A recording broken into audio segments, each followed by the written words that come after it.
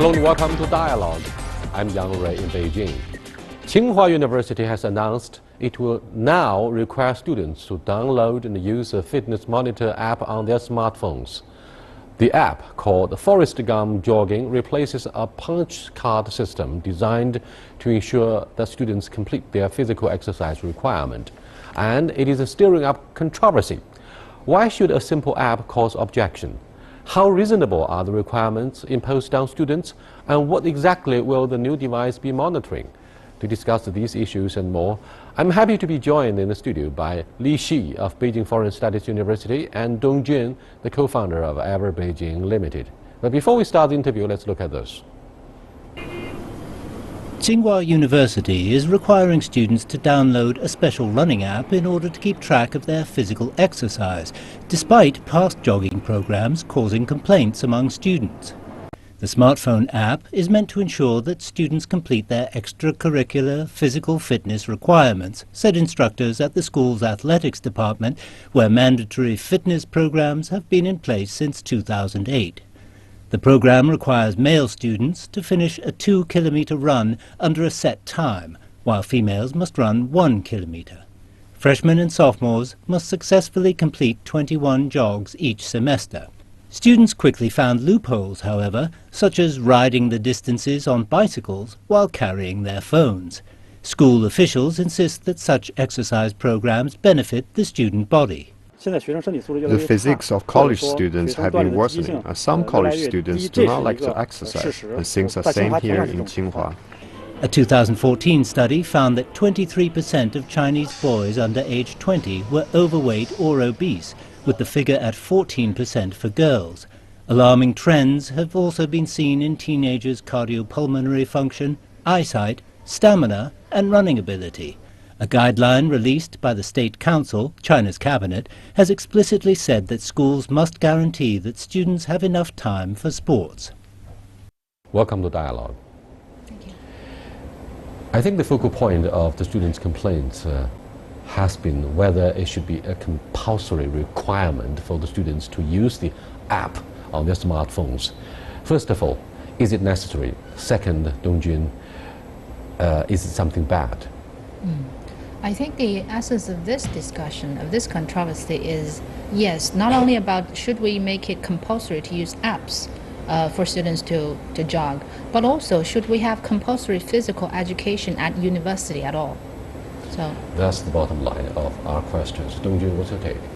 Well, I think, I think it's based on assumptions about a reality that most or almost all students are using mobile phones very much, so they care where they are in the total rankings and how much they have achieved in daily jogging or exercises.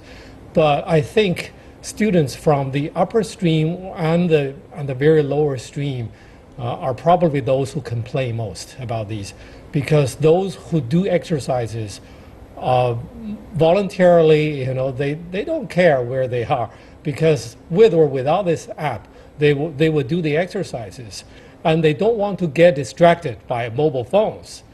But those who are lazy enough not to do anything, for a whole week, would also be, among those who complain the most. Those who are in the middle may feel okay. Li Xi, what's the average level of the students' physical fitness in your university? Is it necessary for the students to be involved in any physical exercises against their will? well, actually, it's interesting because before I came here in the morning, I asked my students in my class, because in BFSU there is similar compulsory policy that students need to pass the 800 meters running, and a lot of them say, well, yes, but without this requirement, probably they would not voluntarily choose to exercise. And a lot of people would think it somehow has a burden because it's a continuous requirement. Over the 4 years, every year they need to pass this test. So I think for college students nowadays their opinions tends to be more liberal. So like what has been said just now, for a person, if he has the exercise, right? So regardless of what kind of way the school would provide, he would exercise. But a person does not have this voluntary exercising habit, application or PE classes, it's more of a form instead of really cultivating the student's habit of exercising. It shall be voluntary, it shall be self-motivated. Also be, without being biased against, girls or from boys, I think it may have something to do with gender. Because Madam Lee comes from a university where the majority of the students are actually young ladies. But Tsinghua's case, overwhelming majority of the students are boys. And boys may tend to be more athletic, Well, I may share a little bit different view. Well, yes, most of the girls, but for a person to have a regular exercising habit, I think 800 meters is a piece of cake for those really regular joggers. Now, 1 year old, I took part in our school sports meeting. I ran 3,000 meters, and then I feel it was very hard. But I did not keep that habit of jogging until now. But if I started from them and until now, 3,000 meters and even more, I think would not be a serious problem. So gender is one aspect, but it's not necessarily an aspect for students' performance in PE class. If a student, regardless of his or her gender, if he has a regular exercising habit. Of course, it's true, the attitude may have something to do with the difficulty or level of difficulty each student faces, but I think Mr. Yang's question is mainly about whether it should be compulsory. That's right. The follow-up question should be whether this requirement should be based on extensive consultation with the students in the first place before it's released, before it is introduced, so that the impact or negative impact of students' complaints could be minimized. Right. After all, you need to keep in mind the pleasures and readiness of the students. If everything is ruled by decree, if everything is done by requirement, then it's going to be a problem. Right. I think there are a series of topics like this that is controversial on campus. For example, university. Excuse me, can you answer me directly? Okay. Whether this policy of physical exercise requirement is based on consultation, prior consultation especially? From my personal perspective, no. No. No, it's required. It's like this. It has been passed down through years, and students enter the university, they need to do this. Then do you think students should have legitimate reasons to voice their complaints and even lodge a protest against such a policy? Yes, sure. I think to some extent, why Tsinghua University then has... the next question is yes. whether students should qualify for a boycott. Yes, if they have enough reasons to present themselves, and in this case, I see the reason the students complained, because university education shall be education that respect to some degree individuals' choice and freedom. Then they should decide what they want to do, and they need to establish this very effective self-management system, because they're not high school students, not middle school or even younger students. At university level, schools should provide the necessary services and facilities to help students to cultivate their goal, but not directly setting the goal for students. I think, the objectives or mission of a university, before parents decide to apply to this university, absolutely include, training and education, not only of, science and literature, but also, or their special subjects, but also, physical training or physical education. It's part of their, compulsory education curriculum. So it goes without saying. It's the same like, the university authority decide on Monday what classes you should take. On Tuesday, whether you should have an English class in the morning or in the afternoon. It's no different from requiring the students to go outdoor and practice sports between a certain time, because science tells that the best time to do jogging may be between 4 p.m. and 6 p.m. and that's based on science findings. So I think especially it's also an individual case, because no other university have followed suit so far. And Tsinghua is such a university with a tradition for many decades requiring students to go to their classrooms to practice running or other exercises from 4 p.m. Whether you're concentrating on your homework in the classroom, the music comes out, asking you to go out. it's been around for, for many decades. It's just simply using a state-of-the-art application on the mobile phone to remind students instead of playing the music in the classroom. Is that viewed by students as a violation of their privacy, individual rights? Well, some people may argue that even allows students more flexibility. It could be complained to say because I think it's 4:30 p.m. for freshmen of Tsinghua students, starting from 2014, they are asked to go out to join in these exercise. Mm-hmm. Well, I think the problem of that has been mentioned, because some students will complain, some students don't have the habit of exercising. It lies in our education system. Part of that, it lies in our education system, but in the evaluation system, from the elementary level, did not actually give enough, let's say, requirement on PE education compared with other subjects like Chinese or English or mathematics. Well, a simple example is that the total score of college entrance examination does not require a PE part in that. So for students who come into university, they don't have a habit of exercising. Part of that is from very little. Our PE education is not emphasized in terms of scores like other subjects, so that students would cultivate their habit of exercising from very young. In high school, because students have very heavy load of studies, their PE class time is marginalized from the time for their study, or even replaced by the time of study. So how could students automatically, actively cultivate a long-term exercising habit before they come to university? Now we come to university, we want to fix this problem, we use the requirement, we use the compulsory system. But the root of the problem lies in what happens before the university. I admit that this policy would do some good for students' exercise. But if you want to say you're cultivating students' habit, I think that policy, the effect of that, it's still minimum. It needs to start from very young.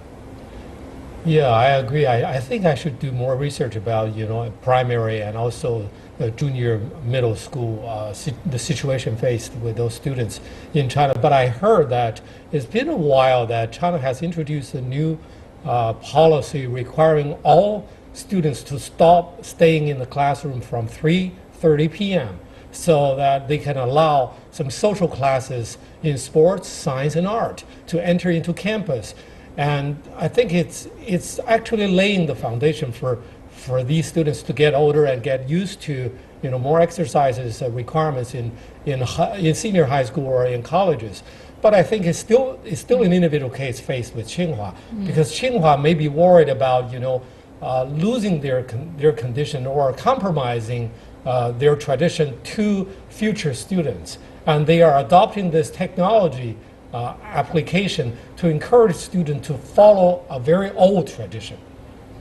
And we got it. Well, I'm afraid it's a lot better to force students out of the classroom, ironically, after 4 p.m. each afternoon, then wake them up early in the morning, because many students refuse to get up early, refuse to be waken up by the use of loudspeakers installed on top of their buildings. A lot of international students complain a lot.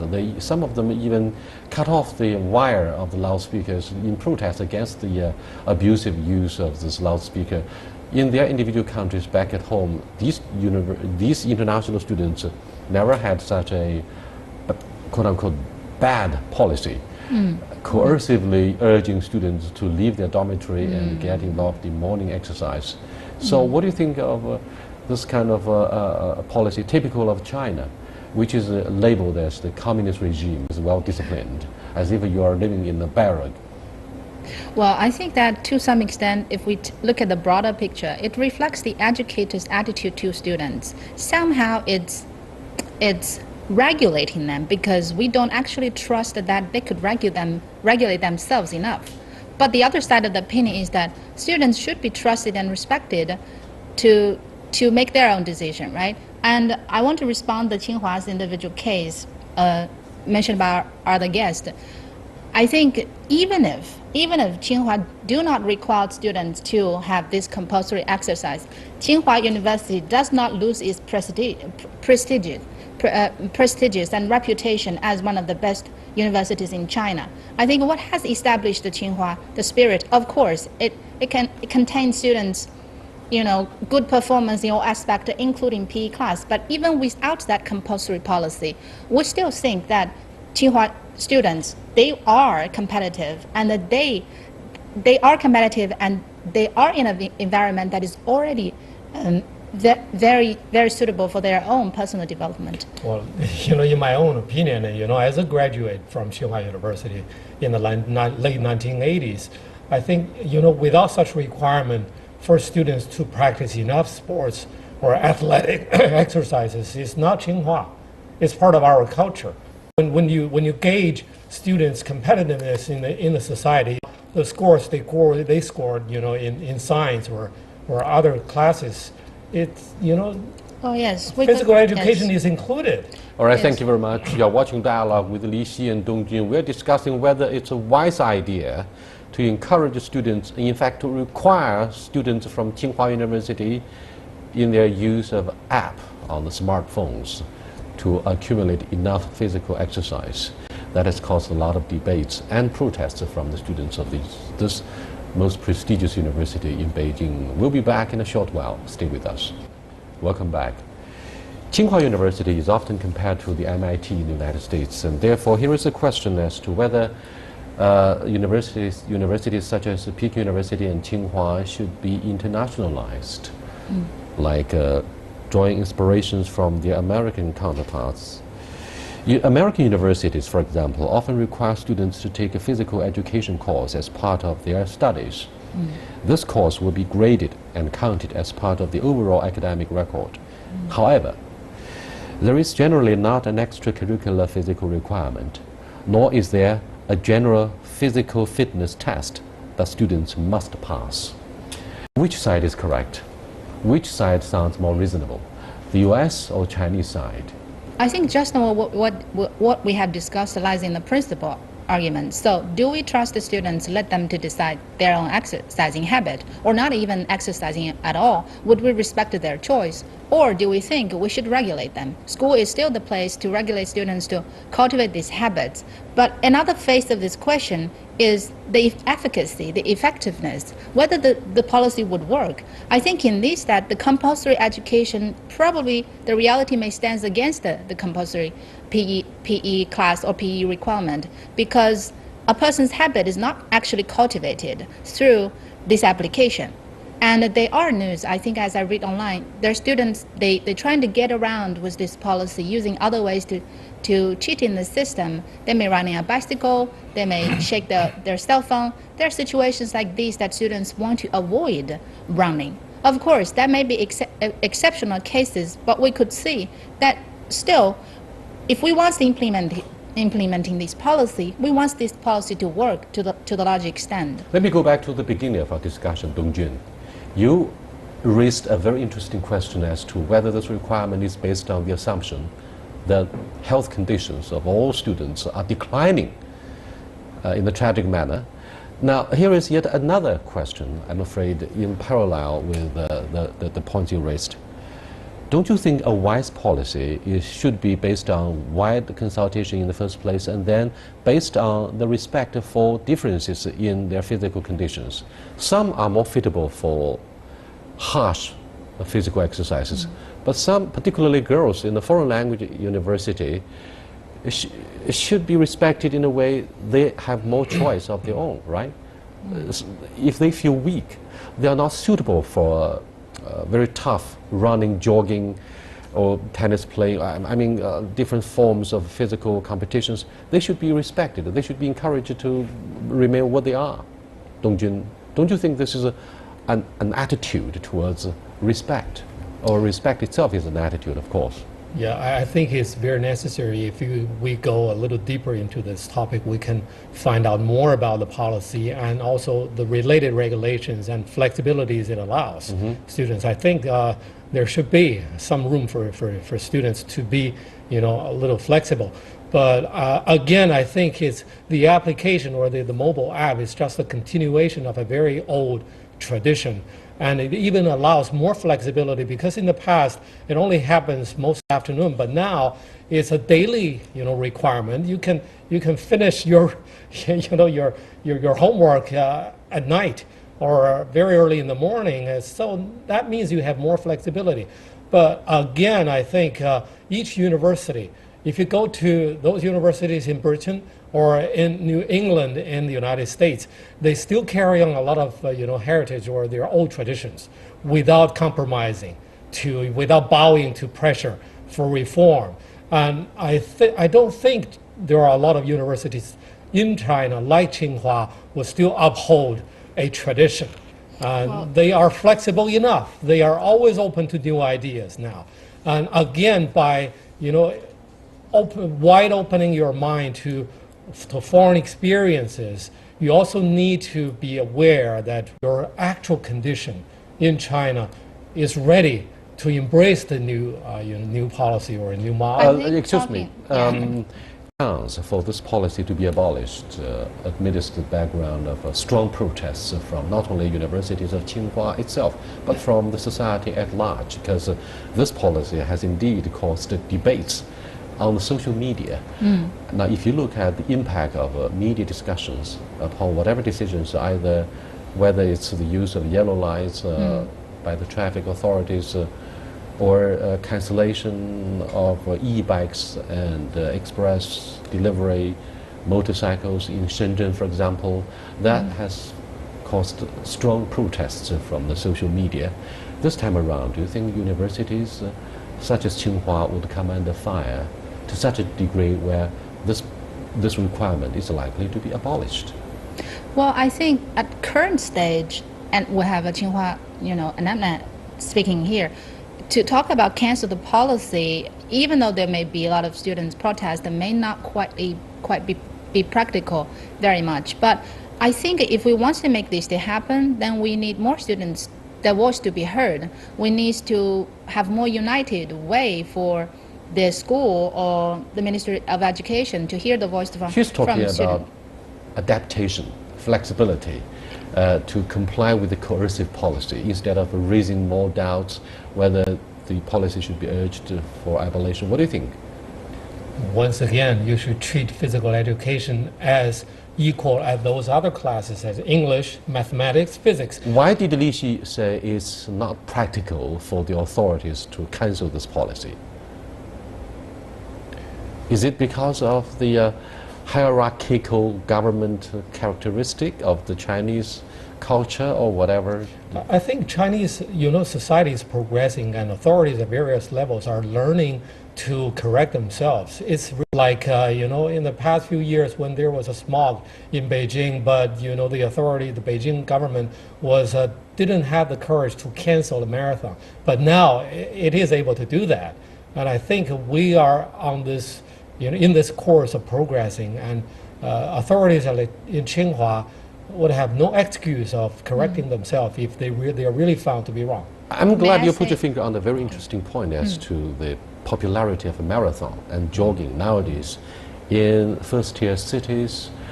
And some of those crazy guys even went to different places around the world to get involved in marathon race.